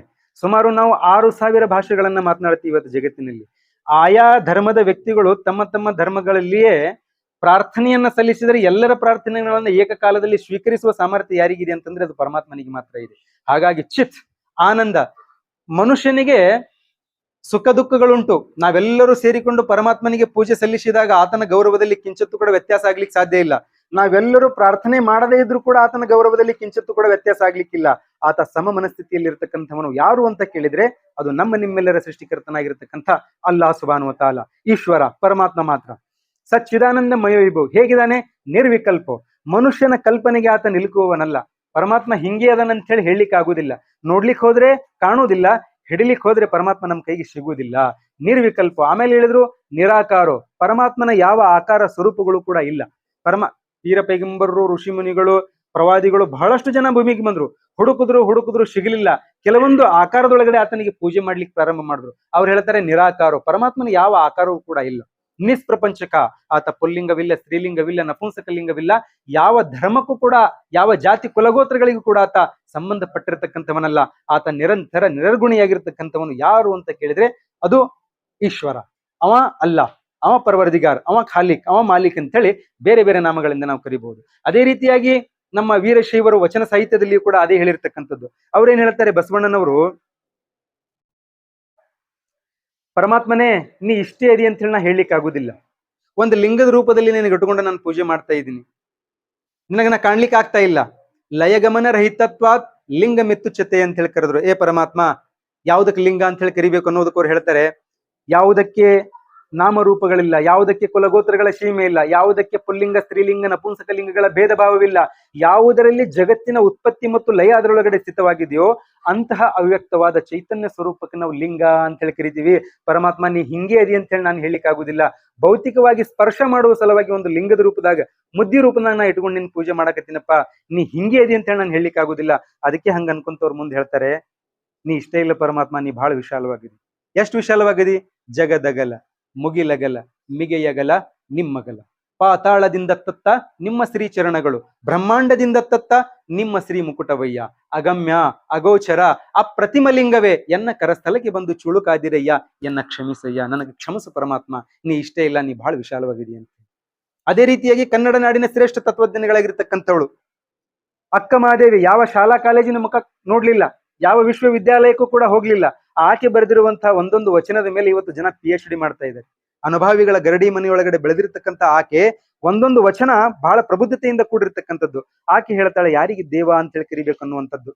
ಸಾವಿಲ್ಲದ, ಕೇಡಿಲ್ಲದ, ರೂಹಿಲ್ಲದ ಆ ಚಲುವಂಗಿ ಆನು ಒಲಿದನವ್ವ, ಭವವಿಲ್ಲದ ಭಯವಿಲ್ಲದ ನಿಸ್ಸೀಮ ಚೆಲುವಂಗೆ ಆನು ಒಲಿದಿನವ. ಈ ಹುಟ್ಟುವ ಸಾಯುವ ಗಂಡಂದಿಯರನ್ನ ಒಯ್ದು ವಲಯಗೊಳಗಿಕ್ಕು, ಸಾಕ್ಷಾತ್ ಶ್ರೀ ಚನ್ನಮಲ್ಲಿಕಾರ್ಜುನನೇ ನನ್ನ ಗಂಡ ಅಂತ. ಸಾವಿಲ್ಲದ, ಯಾರಿಗೆ ಸಾವಿಲ್ಲ? ಪರಮಾತ್ಮನಿಗೆ ಮಾತ್ರ ಸಾವಿಲ್ಲ. ಕೇಡಿಲ್ಲದ, ಯಾರಿಗೆ ಕೇಡಿಲ್ಲ? ಭೂಮಿ ಮತ್ತು ಆಕಾಶದ ಮಧ್ಯೆ ಇರುವಂತ ಪ್ರತಿಯೊಂದು ಅಣುವಿಗೆ ಒಂದು ದಿನ ಕೇಡಿದೆ. ಇವತ್ತು ಗೋಲ್ ಗುಂಬಜ್ ಇದೆ ಅಂತಂದ್ರೆ ಅದಕ್ಕೊಂದು ಆಯುಷ್ಯ ಇದೆ. ಇನ್ನೊಂದು 400 ವರ್ಷ 500 ವರ್ಷ ಇರಬಹುದು. ಒಂದಲ್ಲ ಒಂದು ದಿವಸ ಈ ಪ್ರಕೃತಿಯಿಂದ ಉದ್ಭವವಾಗಿರ್ತಕ್ಕಂಥ ವಸ್ತು ಒಂದಲ್ಲ ಒಂದು ದಿವಸ ಈ ಪ್ರಕೃತಿ ಒಳಗಡೆ ಲೀನವಾಗಿ ಹೋಗ್ಲೇಬೇಕು, ಅಳಿಯಲೇಬೇಕು. ಆದರೆ ಪರಮಾತ್ಮನಿಗೆ ಮಾತ್ರ ಕೇಡಿಲ್ಲ. ಸಾವಿಲ್ಲದ, ಕೇಡಿಲ್ಲದ, ರೂಹಿಲ್ಲದ, ರೂಪ ಇಲ್ಲ. ಪರಮಾತ್ಮನಿಗೆ ಹಿಂಗೆ ಇದೆ ಅಂತೇಳಿ ಹೇಳಲಿಕ್ಕೆ ಆಗುದಿಲ್ಲ. ಅಂಥ ಚೆಲುವಂಗೆ ನಾನು ಒಲಿದಿದ್ದೀನಿ. ಅದಕ್ಕ ಈ ಹುಟ್ಟುವ ಸಾಯುವ ಗಂಡಂದಿಯರನ್ನ ಒಯ್ದು ಒಲೆಯೊಳಗಿಕ್ಕು, ಸಾಕ್ಷಾತ್ ಶ್ರೀ ಚನ್ನಮಲ್ಲಿಕಾರ್ಜುನನೇ ನನ್ನ ಗಂಡ. ಶ್ರೀ ಚನ್ನಮಲ್ಲಿಕಾರ್ಜುನ ಯಾರು ಅಂತಂತಂದ್ರೆ, ನಾವು ಆಳಕ್ಕೆ ಹೋಗಿ ನೋಡಿದಾಗ ಎಲ್ಲವೂ ಅಂತಿಮವಾಗಿ ಪರಮಾತ್ಮ ಅನ್ನುವಂತ ಪದಕ್ಕೆ ಬರ್ತದೆ. ಅದು ಆಕೆಯು ಕೂಡ ಹೇಳಿರ್ತಕ್ಕಂಥ ವ್ಯಾಖ್ಯಾನ ಒಂದೇ. ಅಂಬಿಗರ ಚೌಡಯ್ಯ, ಆತನು ಕೂಡ ಶ್ರೇಷ್ಠ ವಚನಕಾರ, ಅವರು ಕೂಡ ಬಂದು ಹೇಳಿದ್ರು. ಅವ್ರೇನ್ ಹೇಳ್ತಾರೆ ಅಂತಂತಂದ್ರೆ, ಅಸುರರ ಮಾಲೆಗಳಿಲ್ಲ, ತ್ರಿಶೂಲ ಡಮರುಗಳಿಲ್ಲ, ವೃಷಭ ವಾಹನನಲ್ಲ, ಭಸ್ಮಭೂಷಣನಲ್ಲ, ಋಷಿಯ ಮಗಳೊಡನೆ ಇರುವಾತನಲ್ಲ, ಸಂಸಾರದ ಕುರುಹಿಲ್ಲದ ಆತಂಗೆ ಹೆಸರ್ಯಾವುದೂ ಇಲ್ಲವೆಂದ ನಮ್ಮ ಅಂಬಿಗರ ಚೌಡಯ್ಯ ಅಂತ. ಈ ವಾಕ್ಯಗಳನ್ನೊಮ್ಮೆ ನಾವು ಸೂಕ್ಷ್ಮವಾಗಿ ಅವಲೋಕನ ಮಾಡಿ ನೋಡ್ತಾ ಬಂದ್ರೆ ಎಲ್ಲಿಯೂ ಕೂಡ ನಮಗೆ ವ್ಯತ್ಯಾಸ ಕಾಣ್ಲಿಕ್ಕೆ ಸಿಗುವುದಿಲ್ಲ. ಇನ್ನು ಆತ್ಮೀಯ ಬಂಧುಗಳೇ, ಕುರಾನ್ನಲ್ಲಿಯೂ ಕೂಡ ಅದೇ ಉಂಟು. ಅಲ್ಲಾಹನ ಪರಿಚಯವನ್ನ ಕುರಾನ್ನಲ್ಲಿಯೂ ಕೂಡ ಅದೇ ರೀತಿಯಾಗಿ ಉಲ್ಲೇಖ ಇದೆ. ಕುಲ್ ಹು ಅಲ್ಲಾಹು ಅಹದ್ ಅಲ್ಲಾ ಉಸ್ಸಮದ್ ಲಮ್ ಯಲಿದ ವಲಮ್ ಯೂಲದ್ ವಲಮ್ ಕುಲ್ಲಹು ಕುಫುವನ್ ಅಹದ್. ಓ ಜನರೇ, ಹೇಳಿರಿ, ನಿಮ್ಮೆಲ್ಲರನ್ನ ಸೃಷ್ಟಿ ಮಾಡಿರುವಂತ ಸೃಷ್ಟಿಕರ್ತ ಒಬ್ಬನೇ. ಇಡೀ ಜಗತ್ತು ಪರಮಾತ್ಮನ ಆಶ್ರಯದೊಳಗದ, ಆದ್ರೆ ಪರಮಾತ್ಮ ಮಾತ್ರ ಯಾರ ಆಶ್ರಯದೊಳಗೂ ಕೂಡ ಇಲ್ಲ. ಪರಮಾತ್ಮನಿಗೆ ತಂದೆ ಇಲ್ಲ, ತಾಯಿ ಇಲ್ಲ, ಬಂಧುವಿಲ್ಲ, ಬಳಗವಿಲ್ಲ. ಆತ ಯಾರಿಗೂ ಕೂಡ ಹೆತ್ತಿಲ್ಲ, ಯಾರಿಂದಲೂ ಕೂಡ ಹೆತ್ತಲ್ಪಟ್ಟಿಲ್ಲ. ಪರಮಾತ್ಮನ ಯಾವುದೇ ಫೋಟೋಗ್ರಾಫಿ, ಫೋಟೋ ಪ್ರಿಂಟ್, ಮೂರ್ತಿ, ಆಕಾರ ಯಾವುದು ಕೂಡ ಇಲ್ಲ. ಆತ ನಿರಂತರ ನಿರರ್ಗುಣಿಯಾಗಿರ್ತಕ್ಕಂಥವನು. ಯಾರು ಅಂತ ಕೇಳಿದ್ರೆ ಆತನೇ ಅಲ್ಲ. ಅಲ್ಲ ಅಂತಂದ್ರೆ ಬೇರೆ ಏನೂ ಅಲ್ಲ. ನಮ್ಮಲ್ಲಿ ತಪ್ಪು ಕಲ್ಪನೆಗಳಿದಾವೆ. ಅಲ್ಲ ಅಂತಂತಂದ್ರೆ ಮುಸಲ್ಮಾನರ ದೇವ, ಈಶ್ವರ ಅಂತಂದ್ರೆ ಹಿಂದೂಗಳ ದೇವ, ಭಗವಾನ್ ಅಂತಂತಂದ್ರೆ ಹಿಂದೂಗಳ ದೇವ. ಎನ್ನ ಆತ್ಮೀಯ ಬಂಧುಗಳೇ, ಅಲ್ಲ ಅಂತಂತಂದ್ರೆ ಇದೊಂದು ಅರೇಬಿಕ್ ಪದ. ಯಾರಿಗೆ ನಾವು ಅಲ್ಲ ಅಂತೇಳಿ ಕರಿಬೇಕು ಅಂತಂತಂದ್ರೆ ಒಬ್ಬವನು ಅಂತ ಹೇಳಿ ಅರ್ಥ ಕೊಡತ್ತೆ. ಅಲ್ಲ ಮೀನ್ಸ್ ಒಬ್ಬವನು. ಯಾರು ಒಬ್ಬವನು?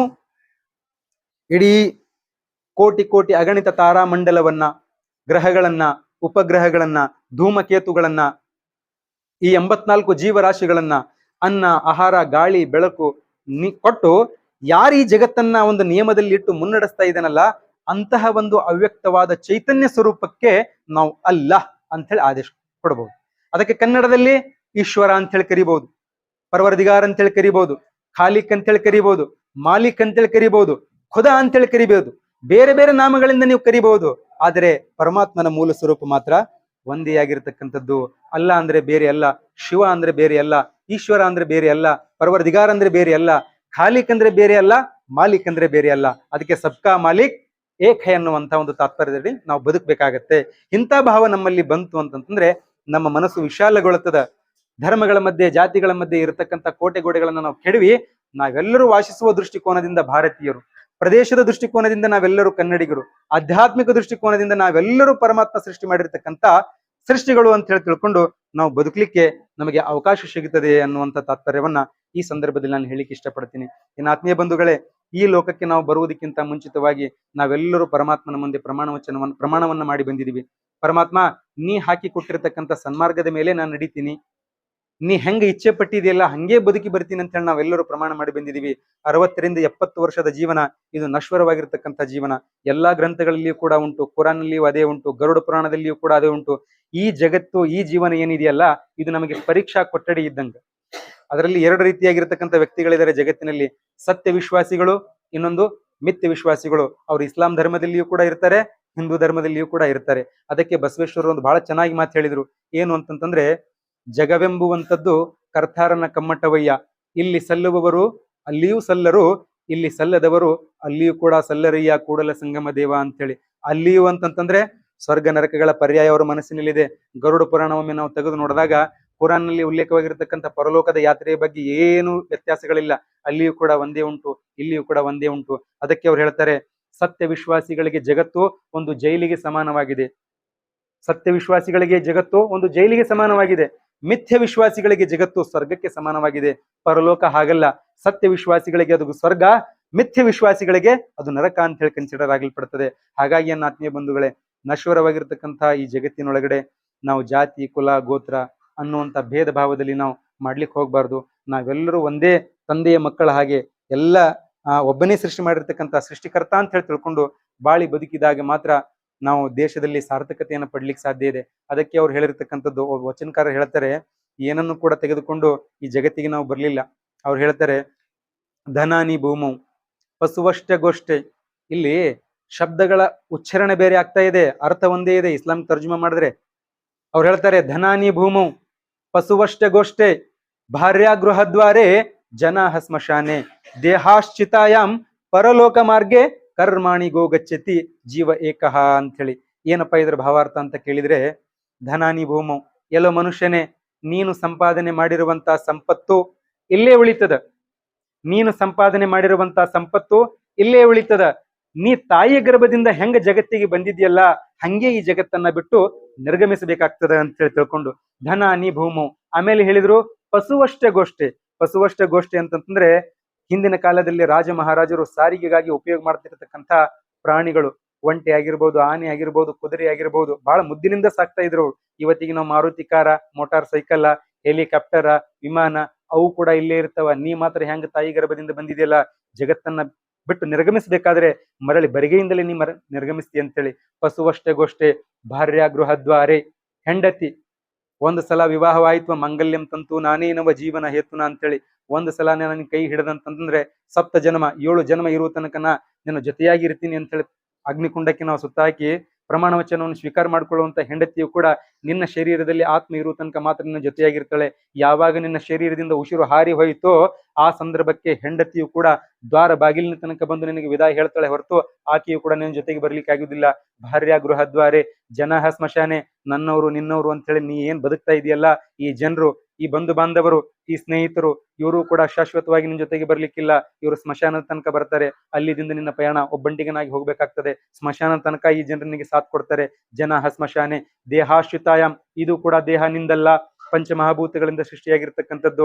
ಒಂದಲ್ಲ ಒಂದು ದಿವಸ ಪಂಚಮಹಾಭೂತಗಳಲ್ಲಿ ಲೀನವಾಗಿ ಬಿಡ್ತದ. ಇದು ಪಂಚಮಹಾಭೂತಗಳಿಂದ ಸೃಷ್ಟಿಯಾಗಿರ್ತಕ್ಕಂಥದ್ದು ಅಗ್ನಿಗೆ, ಚಿತೆಗೆ ಅರ್ಪಣೆಯಾಗಿ ಮತ್ತೆ ಮರಳಿ ಪರಮಾತ್ಮನ ಕಡೆಗೆ ಆ ಆತ್ಮ ಮಾತ್ರ ಒಂದೇ ಸಿಂಗಲ್ ಆಗಿ ಹೋಗ್ತದೆ. ದೇಹಾಶ್ರಿತಾಯಾಮ್ ಪರಲೋಕ ಮಾರ್ಗೆ ಕರ್ಮಾಣಿ ಗೋಗಚ್ಚತಿ ಜೀವ ಏಕಃ ಅಂತೇಳಿ. ಹಾಗಾಗಿ ಈ ಲೋಕವನ್ನ ಬಿಟ್ಟು ನಾವು ಪರಲೋಕಕ್ಕೆ ಹೋಗುವಾಗ 2 ವಸ್ತುಗಳು ಮಾತ್ರ ನಮ್ಮ ಜೊತೆಗೆ ಬರ್ತವೆ. ನಾವು ಮಾಡಿರುವಂತ ಪುಣ್ಯ, ನಾವು ಮಾಡಿರ್ತಕ್ಕಂಥ ಪಾಪ, ಈ 2 ವಸ್ತುಗಳು ಮಾತ್ರ ನಮ್ಮ ಜೊತೆಗೆ ಬರ್ತವೆ ಅಂತೇಳಿ. ಹಾಗಾಗಿ ಈ ನಶ್ವರವಾದ ಜೀವನದಲ್ಲಿ ಯಾವುದು ಕೂಡ ಶಾಶ್ವತವಾಗಿರ್ತಕ್ಕಂಥದ್ದಲ್ಲ. ಖಾಯಂ ಆಗಿ ನಾವು ಟಿಕಾಯಿಸ್ಲಿಕ್ಕೆ ಇಲ್ಲಿ ಯಾರು ಬಂದಿಲ್ಲ.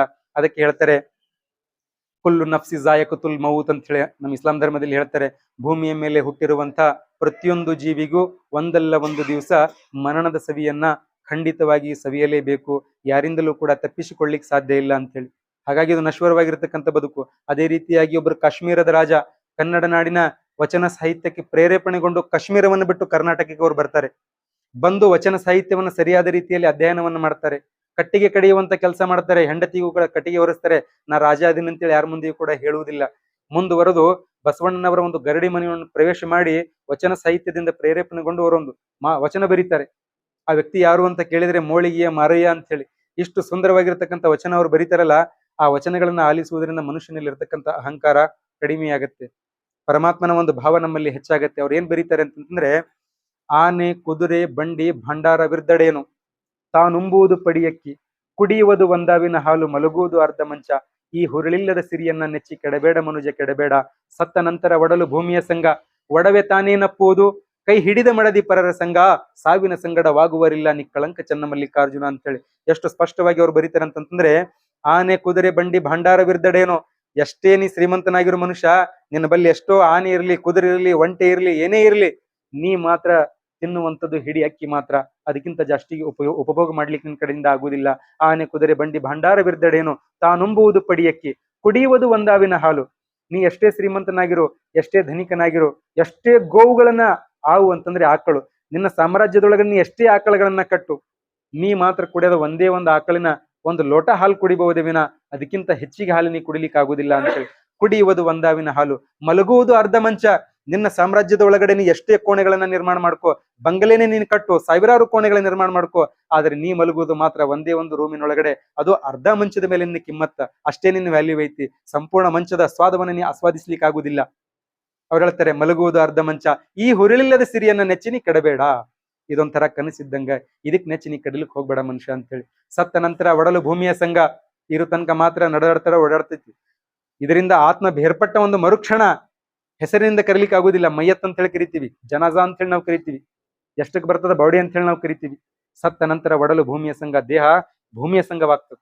ಒಡವೆ ತಾನೇನಪ್ಪುವುದು, ಎಂತ ದೊಡ್ಡ ರಾಜ ಇದ್ರು ಏನೈತಿ, ನಿನ್ನ ಮೇಲೆ ಎಷ್ಟೇ ಬಂಗಾರ ವಜ್ರ ವೈಡೂರ್ಯಗಳಿದ್ರೆ ಏನದ, ನಿನ್ನಲ್ಲಿ ಇರುವಂತ ಉಸಿರು ಹಾರಿ ಹೋದ ತಕ್ಷಣ ಆ ಒಡವೆಗೆ ಗೊತ್ತಿಲ್ಲ ನಾ ಯಾರು ಪಾಲಾಗ್ತೀನಿ ಅಂತ ಹೇಳಿ. ಏನ್ ಮುಂದೆ ಕೂತ ಅಳವ್ರ ಪಾಲಾಗ್ತೀನೋ ಗೊತ್ತಿಲ್ಲೋ, ಏನ್ ಸಂಬಂಧಿಕರ ಪಾಲಾಗ್ತೀನೋ ಗೊತ್ತಿಲ್ಲೋ, ಏನ್ ಮಕ್ಕಳು ಕಚ್ಚಾಡಿ ತಿಂತಾರೋ ಅಂತ ಹೇಳಿ ಅವಕ್ಕೆ ಗೊತ್ತಿಲ್ಲ.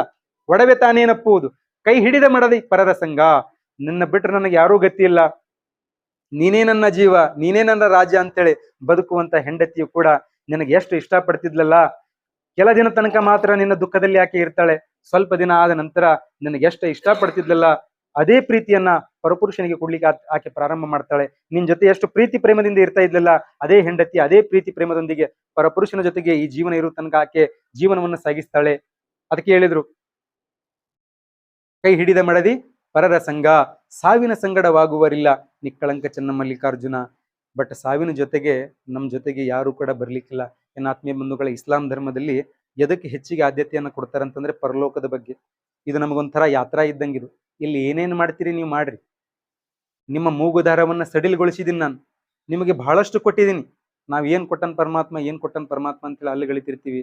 ಏನ್ ಆತ್ಮೀಯ ಬಂಧುಗಳೇ, ನಾವು ಸೂಕ್ಷ್ಮವಾಗಿ ಗಮನಿಸಿ ಒಂದ್ಸಲ ನೋಡಿದ್ರೆ ಕುರಾನ್ನಲ್ಲಿ ಅಲ್ಲಾಹ್ ಸುಬ್ಹಾನಹು ವ ತಆಲಾ ಆದೇಶವನ್ನು ಮಾಡ್ತಾನೆ, ಎಲ್ಲೋ ಮನುಷ್ಯರೇ, ಭೂಮಿಯನ್ನ ನಿಮಗೆ ಹಾಸಿಗೆಯನ್ನಾಗಿ ಮಾಡಿದ್ದೀನಿ, ಆಕಾಶವನ್ನ ಮೇಲ್ಛಾವಣಿಯನ್ನಾಗಿ ಮಾಡಿದ್ದೀನಿ, ಆಕಾಶದಿಂದ ಎಳೆಗೆ ಮಳೆಯನ್ನ ಸುರಿಸಿದ್ದೀನಿ, ನಿರ್ಜೀವವಾಗಿರ್ತಕ್ಕಂಥ ಭೂಮಿಗೆ ಒಂದು ಜೀವ ಕಳೆಯನ್ನ ತಂದಿದ್ದೀನಿ, ಭೂಮಿಯ ಮೇಲೆ ನಾನಾ ರೀತಿಯಾಗಿರ್ತಕ್ಕಂಥ ಫಲ ಪುಷ್ಪಕ ಆಹಾರಗಳನ್ನ ನಿಮಗಾಗಿ ನಾನು ದಯಪಾಲಿಸಿದ್ದೀನಿ, ಸರಿಯಾದ ರೀತಿಯಲ್ಲಿ ಉಣ್ಣಿರಿ ಕುಡಿಯಿರಿ, ಆದರೆ ಭೂಲೋಕದ ಮೇಲೆ ಯಾವುದೇ ರೀತಿಯಾಗಿ ಕ್ಷೋಭೆಯನ್ನ ಉಂಟು ಮಾಡದಿರಿ, ಮತ್ತೆ ಮರಳಿ ನನ್ನ ಕಡೆಗೆ ನೀವು ಬನ್ನಿ ಅಂತ. ಯಾವ ಕೊಡುಗೆ ಅಲ್ಲಗಳಿಲಿಕ್ಕೆ ಸಾಧ್ಯದ? ನಾವು ಹುಟ್ಟುವುದಕ್ಕಿಂತ ಮುಂಚಿತವಾಗಿ ಭೂಮಿ ಹಾಸಿಗೆಯನ್ನಾಗಿ ಮಾಡ್ದ, ಆಕಾಶ ಮೇಲ್ಛಾವಣಿಯನ್ನಾಗಿ ಮಾಡ್ದ, ಅನ್ನ ಕೊಟ್ಟ, ಆಹಾರ ಕೊಟ್ಟ, ನೀರು ಕೊಟ್ಟ, ಗಾಳಿ ಕೊಟ್ಟ, ಎಲ್ಲವನ್ನೂ ಕೊಟ್ಟ. ಅದಕ್ಕೆ ಹೇಳ್ತಾನೆ, ನನ್ನ ಕೊಡುಗೆ ಯಾವ ಕೊಡುಗೆಯನ್ನು ನೀವು ಅಲ್ಲ ಗಳಿಯಲು ಸಾಧ್ಯ, ಅಲ್ಲಾಗಿ ಕೊಂಡ್ಕೊಂಡ್ಸಿ ನ್ಯಾಮತ್ತೊಂಕು ತುಮ್ ಜುಟ್ಲಾವುಗೆ ಅಂತ ಹೇಳಿ. ಆ ಪರಮಾತ್ಮನ ಯಾವ ಯಾವ ಕೊಡುಗೆಗಳನ್ನ ನೀವು ಅಲ್ಲಗಳಿಲಿಕ್ಕೆ ಸಾಧ್ಯದ ಹೇಳ್ರಿ? ಅದಕ್ಕೆ ಪರಮಾತ್ಮ ಕೆಲ ಗ್ರಂಥಗಳಲ್ಲಿ ಉಲ್ಲೇಖನವನ್ನು ಮಾಡ್ತಾರೆ, ಎಲ್ಲ ಮನುಷ್ಯರೇ, ತುಚ್ಛವಾದ ಒಂದು ವೀರ್ಯದ ಬಿಂದುವನ್ನ ತಂದೆಯ ಶರೀರದಿಂದ ತಾಯಿಯ ಗರ್ಭವನ್ನ ನಾನು ಪ್ರವೇಶಿಸುವ ಹಾಗೆ ಮಾಡಿದೆನು, ಕಾಲಕ್ರಮೇಣವಾಗಿ ತಾಯಿಯ ಗರ್ಭದಲ್ಲಿ ಅದನ್ನ ಸುಭದ್ರವಾಗಿರ್ತಕ್ಕಂಥ ಒಂದು ಸ್ಥಳದಲ್ಲಿ ಇರಿಸಿದನು, ಅದನ್ನ ರಕ್ತದ ಮುದ್ದೆಯನ್ನಾಗಿ ಪರಿವರ್ತಿಸಿದನು, ಅದನ್ನ ಮಾಂಸದ ಮುದ್ದೆಯನ್ನಾಗಿ ಪರಿವರ್ತಿಸಿದನು, ಆ ಮಾಂಸದ ಮುದ್ದೆಯೊಳಗಡೆ ಎಲುಬುಗಳನ್ನ ಪೋಣಿಸಿದನು, ಎಲುಬುಗಳ ಮಧ್ಯದಲ್ಲಿ ಒಂದು ಹೃದಯದ ಬಡಿತವನ್ನಿಟ್ಟೆನು, ಅದಕ್ಕೆ ಸಾಕ್ಷಾತ್ ಸಚ್ಚಿದಾನಂದ ಮಯೋ ವಿಭುವಾಗಿರ್ತಕ್ಕಂಥ ಆತನ ಆತ್ಮವನ್ನ ನಾನು ಪ್ರವೇಶ ಮಾಡಿದೆನು. 9 ತಿಂಗಳ ಕಾಲ ಕಗ್ಗತ್ತಲೆಯ ಕೋಣೆಯೊಳಗಡೆ ನೀರಿನ ಚೀಲದಲ್ಲಿ ಇಷ್ಟು ಸುಂದರವಾಗಿರ್ತಕ್ಕಂಥ ಆಕೃತಿಯನ್ನ ನಾನು ರಚನೆ ಮಾಡಿ ತಾಯಿಯ ಗರ್ಭದಿಂದ ಭೂಲೋಕಕ್ಕೆ ತರ್ತೀನಲ್ಲ, ಯಾವ ನನ್ನ ಕೊಡುಗೆಯನ್ನು ಅಲ್ಲಗಳಿಲಿಕ್ಕೆ ಸಾಧ್ಯದ? ಸ್ವಲ್ಪ ಆದ್ರೂ ನೀನು ಲಕ್ಷ್ಯ ವಹಿಸಿದ್ಯಾ? ನೋಡು, ಆಸ್ಪತ್ರೆಗಳಲ್ಲಿ ಒಂದು ಕಡೆಗೆ ಹೆರಿಗೆಯಾಗಿರುತ್ತೆ, ತಾಯಿ ಮರಣವನ್ನ ಅಪ್ಪಿರ್ತಾಳೆ, ಇನ್ನೊಂದು ಕಡೆಗೆ ಮಗು ಮರಣವನ್ನ ಅಪ್ಪಿರುತ್ತೆ, ಅಂಗವೈಕಲ್ಯ ಮಗು ಇರುತ್ತೆ. ನಾನು ಮನಸ್ಸು ಮಾಡಿದ್ರೆ ನಿನಗೆ ತಾಯಿಯ ಗರ್ಭದಾಗಿ ಚೂಟಬಹುದಾಗಿತ್ತು. ನನ್ನ ಯಾವ ಕೊಡುಗೆನಿ ಅಲ್ಲಗಳೆಯಲು ಸಾಧ್ಯವಿದೆ? ಎನ್ನ ಆತ್ಮೀಯ ಬಂಧುಗಳ ದೃಷ್ಟಾಂತಕ್ಕಾಗಿ, ಉದಾಹರಣೆಗಾಗಿ ಪರಮಾತ್ಮ ಏನ್ ಮಾಡಿದಾನೆ ಅಂತಂದ್ರೆ, ಪ್ರತಿಯೊಂದು ಗ್ರಾಮದಲ್ಲಿ ಇಂಥ ವ್ಯಕ್ತಿಗೆ ಸೃಷ್ಟಿ ಮಾಡಿದನಲ್ಲ, ಪ್ರತಿಯೊಂದು ಗ್ರಾಮದಲ್ಲಿ ಒಬ್ಬ ಬುದ್ಧಿಮಾಂದ್ಯ ವ್ಯಕ್ತಿ ಇರ್ತಾನೆ. ಯಾಕೆ ಅಂತ ಕೇಳಿದ್ರೆ, ನಾಳೆ ಪರಮಾತ್ಮನ ಮಾಲಿಕಿ ಯೌಮಿದ್ದೀನ್, ಅಂತಿಮ ದಿನದ ಅಧಿಪತಿ, ಆತನ ಮುಂದೆ ನಾವೆಲ್ಲರೂ ಹೋಗಿ ನಿಲ್ಬೇಕಾಗಿದೆ. ನಮ್ ಡಿಸ್ಪ್ಲೇ ಓಪನ್ ಆಗತ್ತೆ. ಹುಟ್ಟಿನಿಂದ ಹಿಡಿದು ಸಾವಿನ ತನಕ ನಾವು ಯಾವ ಯಾವ ಕರ್ಮಗಳನ್ನ ಮಾಡಿದೀವಲ್ಲ, ಕ್ಷಣಾರ್ಧದಲ್ಲಿ ನಮ್ಮ ಲೆಕ್ಕಪತ್ರಗಳು ಪ್ರಾರಂಭವಾಗ್ತವೆ. ಅಂತಹ ಸಂದರ್ಭದಲ್ಲಿ ನಾಲಿಗೆಗೆ ಬೀಗ ಚಡಿಯಲ್ಪಡುವುದು. ನಮ್ಮ ನಾಲಿಗೆ ಮಾತನಾಡ್ಲಿಕ್ಕಿಲ್ಲ, ಕೈಗಳು ಮಾತನಾಡ್ಲಿಕ್ಕಿಲ್ಲ, ಕಾಲುಗಳು ಮಾತನಾಡ್ಲಿಕ್ಕಿಲ್ಲ, ಎಲ್ಲ ಅಂಗಾಂಗಗಳು ಉತ್ತರ ಕೊಡ್ತವೆ. ನಾಲಿಗೆಗೆ ಬೀಗ ಜಡಿಯಲ್ಪಡುವಂತಹ ದಿನ.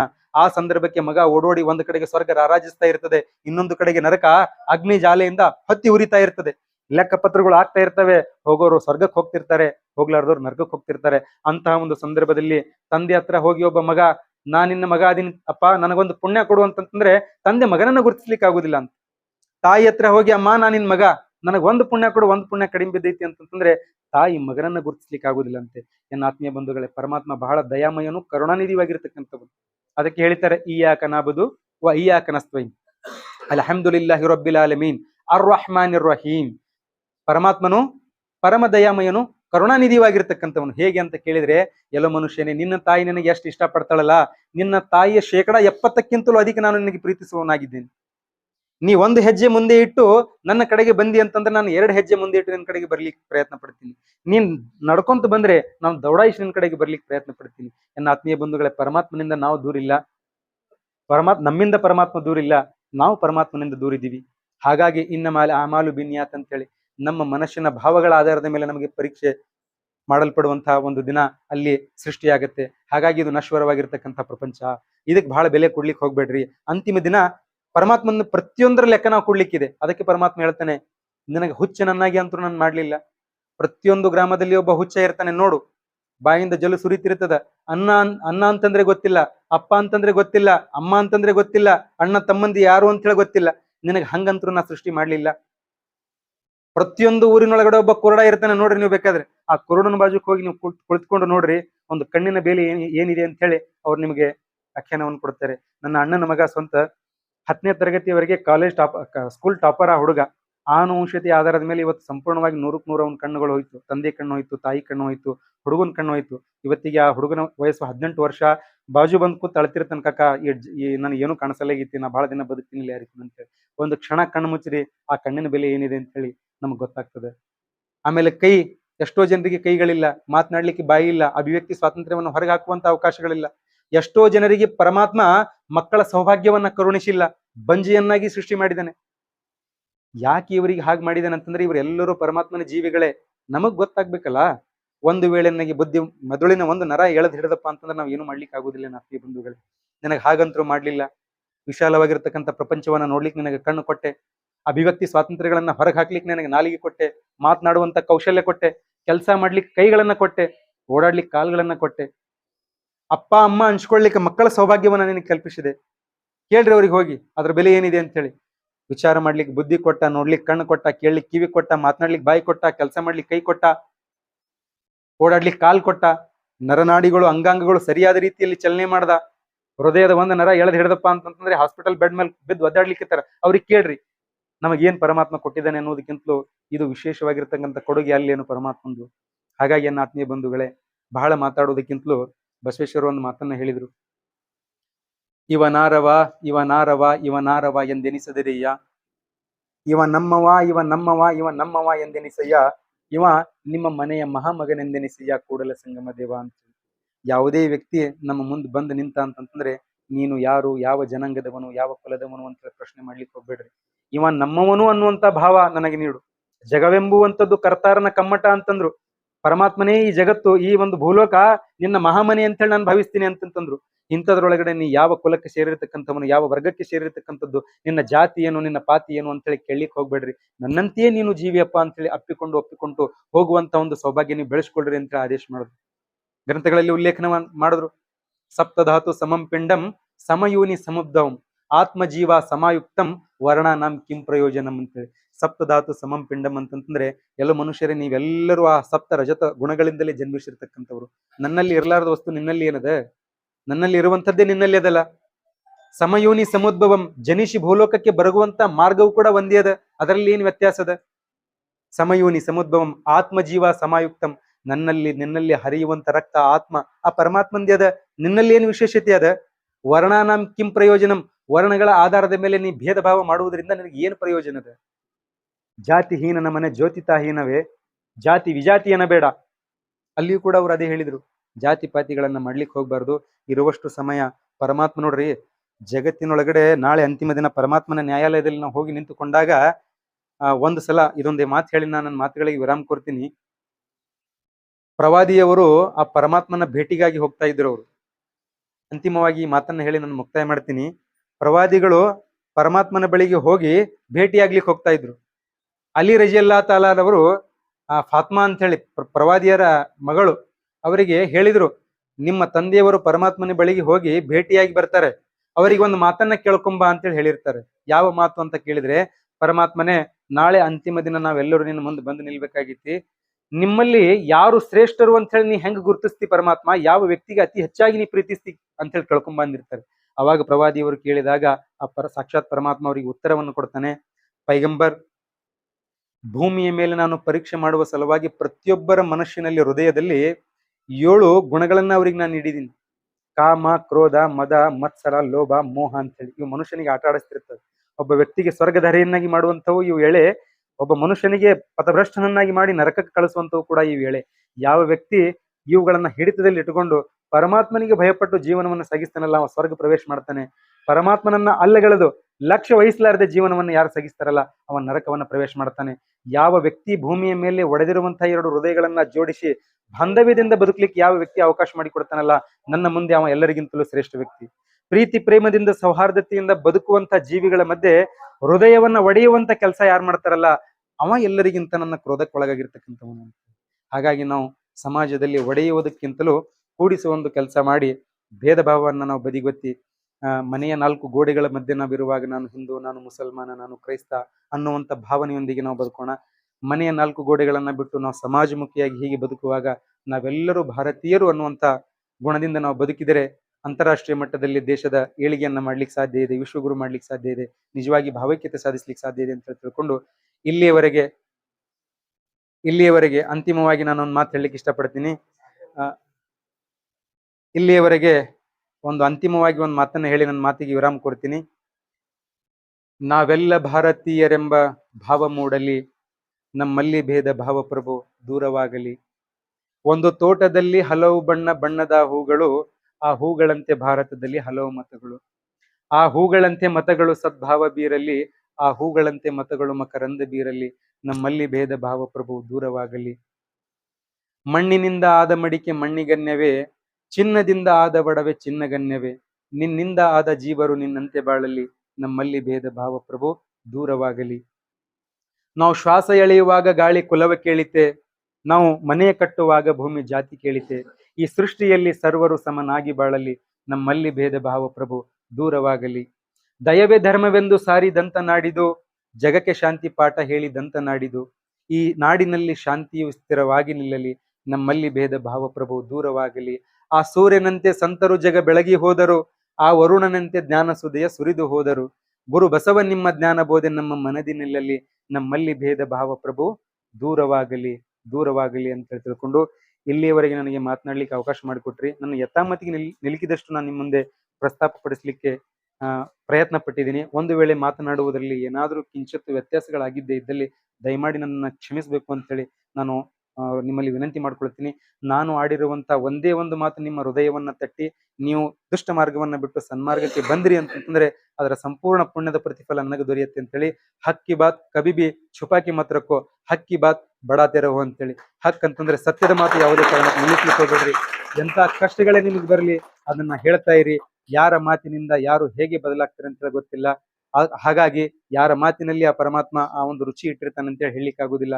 ಯಾರ ಮೇಲೆ ಪ್ರಭಾವ ಬೀರ್ತದೆ ಆ ವ್ಯಕ್ತಿ ಸನ್ಮಾರ್ಗದ ಕಡೆಗೆ ಬರ್ತಾನೆ ಅಂತ ಹೇಳಲಿಕ್ಕೆ ಆಗುದಿಲ್ಲ. ಇಂತಹ ಸತ್ಸಂಗಗಳು ಸ್ವಲ್ಪ ಪ್ರಮಾಣದಾಗ ನಾವು ಮಾಡಿದೀವಿ ಅಂತಂದ್ರೆ ಇದು ನಿಮ್ಗೆ ಸಾಮಾನ್ಯ ಅನಿಸ್ತದ, ಅದಕ್ಕೆ ಬೆಲೆ ಕಟ್ಟಲಿಕ್ಕೆ ಆಗುದಿಲ್ಲ. ಅಷ್ಟು ದೊಡ್ಡ ಸಭೆ. ನಾವು ಭಾವೈಕ್ಯತೆಯಿಂದ, ಪ್ರೀತಿ ಪ್ರೇಮದಿಂದ, ಸೌಹಾರ್ದತೆಯಿಂದ ಬದುಕಿದಾಗ ಮಾತ್ರ ಶಾಂತತೆ ಕಾಪಾಡ್ಲಿಕ್ಕೆ ಸಾಧ್ಯ ಇದೆ. ಇದನ್ನ ಪರಮಾತ್ಮ ಕೂಡ ಮೆಚ್ಚುತ್ತಾನೆ ಅಂತೇಳಿ ಹೇಳಿಕ್ಕೆ ನಾನು ಇಚ್ಛೆ ಪಡ್ತೀನಿ. ಇಲ್ಲಿಯವರೆಗೆ ನನಗೆ ಮಾತನಾಡ್ಲಿಕ್ಕೆ ಅವಕಾಶ ಮಾಡಿಕೊಟ್ಟಿರ್ತಕ್ಕಂಥ ನಿಮ್ಮೆಲ್ಲರ ಮೇಲೆ ಆ ಅಲ್ಲಾಹ್ ಸುಬ್ಹಾನಹು ತಾಲ, ಆ ಈಶ್ವರ, ಆ ಪರಮಾತ್ಮನ ಕರುಣೆ ಮತ್ತು ದಯೆ ನಿಮ್ಮ ಮೇಲೆ ಇರಲಿ ಅಂತೇಳಿ ಹಾರೈಸಿ 4 ಮಾತುಗಳಿಗೆ ವಿರಾಮವನ್ನು ಕೋರ್ತೀನಿ. ಎಲ್ಲರಿಗೂ ನಮಸ್ಕಾರಗಳು.